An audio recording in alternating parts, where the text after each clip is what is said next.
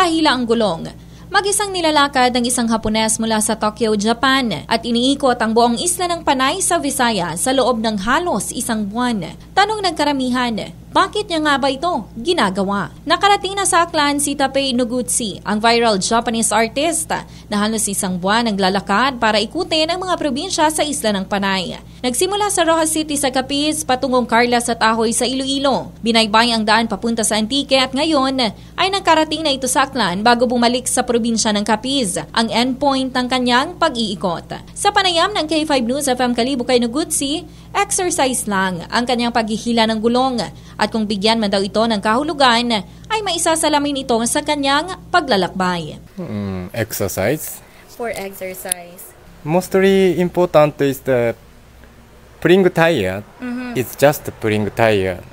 That is don't have meaning. Yes. Don't have meaning is important because if I don't have meaning, I can accept every day, every time.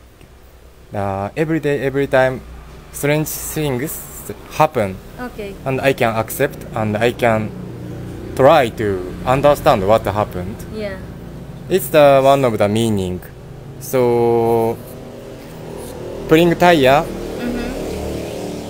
has no meaning. Yeah. So I can accept many kind of meaning. Okay. It's the most important point. Okay.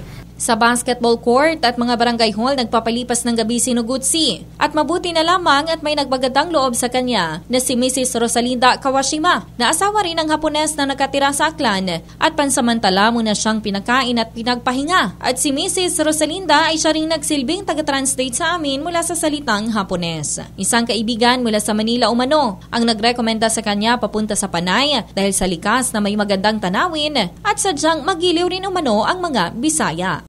Ano daw niya, yung parang lang daw na hobby niya na parang pangarap lang niya na makapag siya rito sa sa Panay Island. Gusto niyang maano yung culture, yung ating yung mga ng mga tao dito kung ano daw. Pero tinanong ko siya kanina, mag-ingat ka. Kaya lang sabi niya naman mababait daw yung mga tao. Tapos, kaya lang daw, hindi siya makapag-response ng yung kanyang may magpati-take picture, hindi daw siya dahil sa sobrang pagod lang daw niya. Okay.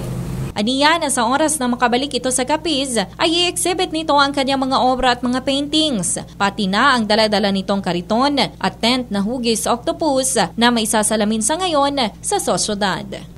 Balita mula dito sa lalawigan ng Aklan. Ito si K5 Regeline Tornino para sa Kampiyon na Balita, Serbisyo Publiko at Kasiyahan sa Kalibo. K5 News FM.